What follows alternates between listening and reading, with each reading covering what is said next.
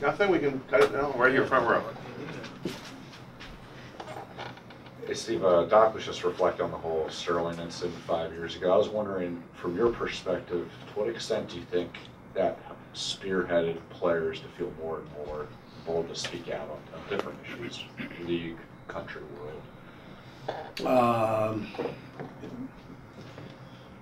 Haven't been thinking about that topic for a while. I was thinking more about what the Clippers were going to run against us today. But, fair enough. No, I think that was a seminal moment in the NBA's current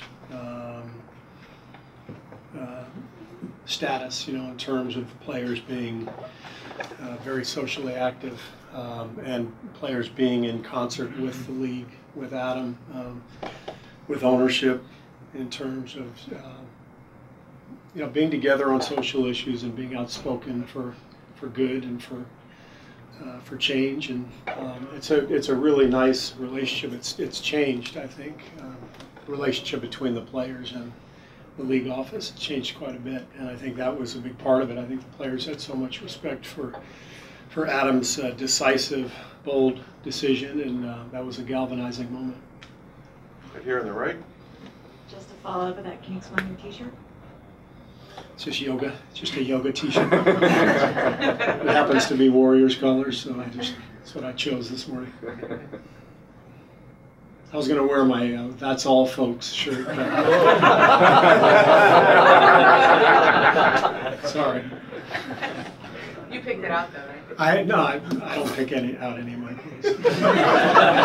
Is this Raymond's choice? Raymond Yeah. picks out. Raymond, you stole Way that too one. big. It's starting to get weird. Let's move on. Anything else? Ramon? No.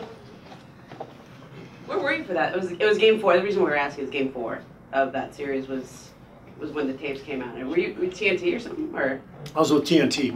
I believe I was in Oklahoma City. I was covering a series there, so I was watching this series from afar. I don't think I did any of the Clipper Warrior series that year. So obviously the whole league was riveted watching what was happening, both on and off the court. But I believe I was in Oklahoma City. What did you think when those came out? I'm sorry? What did you think when those tapes came out? Not surprised at all. I'd read lots of stuff that sounded exactly the same over the years. It's just so different when you hear something on tape, when there's a real voice to it rather than reading it in print. But I don't think anybody was that surprised. Scott? Doc said that when that happened, and his team kind of had staged their protest and they spoke out and so forth, that he said things like that, people build off that gives other people license or courage to subsequently comment, and he mentioned how you have commented and stuff. Do you feel that was kind of a building block kind of thing, what they did? Yeah. I think Doc is right. I mean, when you feel things change, when you see other people being more outspoken, you're more likely to say something yourself. Greg Popovich has inspired me to be more outspoken based on my relationship with him and seeing how he handles himself and seeing how he speaks out for good and for social justice and I think what you've seen in the NFL with Colin Kaepernick and Malcolm Jenkins and Chris Long and so many others, there's definitely a momentum that picks up where athletes feel more emboldened and empowered to speak out, and obviously we're in the age of social media where everybody has a platform, and this stuff picks up momentum quickly. Front row over here.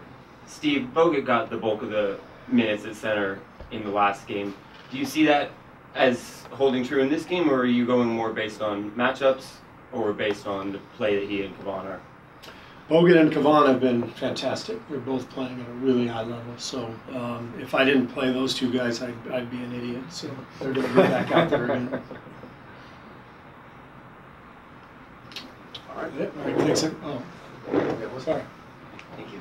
Steve, Doc likes to bring Williams and Harrell off the bench. What kind of challenges did that present to you when they're coming off the bench and not going in as starters? It's unique, to have two of your best players coming off the bench together, posing such a threat in that pick and roll combination. You don't see it often. I think it's one of the reasons they've had a great year. Doc has done a really good job of mixing and matching, and he's got a great blend of youth and experience, and you can tell they like playing together. Not only those two, but the whole team. It's a really good team. It's a team that I enjoy watching and competing against. Game 2 was a great example of how they don't quit.